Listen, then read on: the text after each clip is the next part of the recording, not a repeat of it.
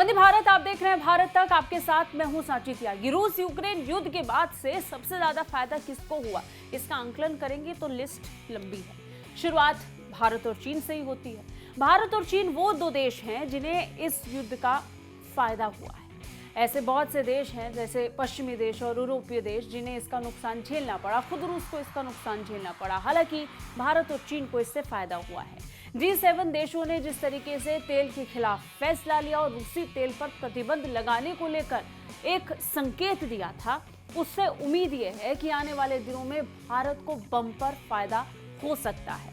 उम्मीद है कि तेल में अब तक मिल रही डील से भी ज्यादा सस्ती डील भारत को मिल जाए। रूसी तेल पर प्राइस कैप के संबंध में G7 देशों और अमेरिका की तरफ से हो रही लामबंदी का भारत को बड़ा फायदा हो सकता है। दरअसल हालात से निपटने के लिए रूस ने नई दिल्ली को एक नया ऑफर दिया है। इसके तहत मॉस्को भारत को पहले से भी कम कीमत पर पेट्रोलियम बेचने की इच्छा जाहिर कर रहा है। बिजनेस स्टैंडर्ड्स की एक रिपोर्ट के मुताबिक विदेश मंत्रालय के एक अधिकारी ने कहा कि सैद्धांतिक रूप से इसके बदले में भारत को G7 के प्रस्ताव को सपोर्ट नहीं करना चाहिए।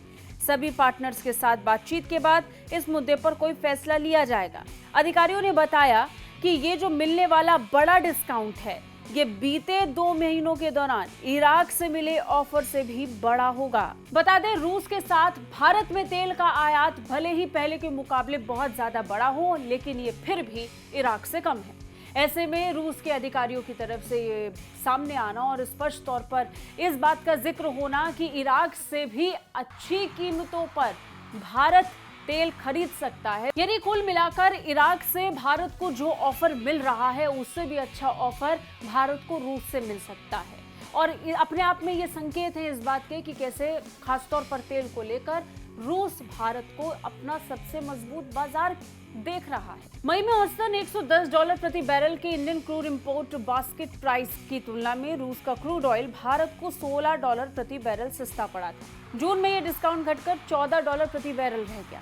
जब इंडियन क्रूड बास्केट का औसत $116 प्रति बैरल रहा था, अधिकारियों ने तब कहा था कि अगस्त में इंडियन क्रूड बास्केट के प्राइस की तुलना में रूसी क्रूड ऑयल $6 से भी कम सस्ता पड़ा था। भारत के सबसे बड़े ऑयल सप्लायर ने जून के आखिर में रूस को पीछे छोड़ दिया, जब उसके क्रूड की रेंज रूसी ऑयल की तुलना में लगभग $9 सस्ती पड़ी थी। इसलिए कीमत के लिहाज से बेहद संवेदनशील बाजार इराक के पक्ष में हो गया। इसका परिणाम ये रहा कि भारत को तेल की आपूर्ति करने वाले देशों की लिस्ट में रूस तीसरे पायदान पर खिसक गया, जो देश की कुल तेल जरूरतों के 18.2% की आपूर्ति कर रहा है। सऊदी अरब और इराक भारत के लिए 2 अन्य बड़े सप्लायर बनकर उभरे हैं। बता दें, तेल के मामले में भारत का रूस के साथ व्यापार निश्चित तौर पर बड़ा है और ये आंकड़ों के जरिए से देखने को साफ तौर पर मिल जाता है। लेकिन रूस ये चाहता है कि भारत के साथ उसका व्यापार खास तौर पर तेल को लेकर और ज्यादा बढ़े और इराक जो अब तक पहले नंबर पर बना रहा है उसकी जगह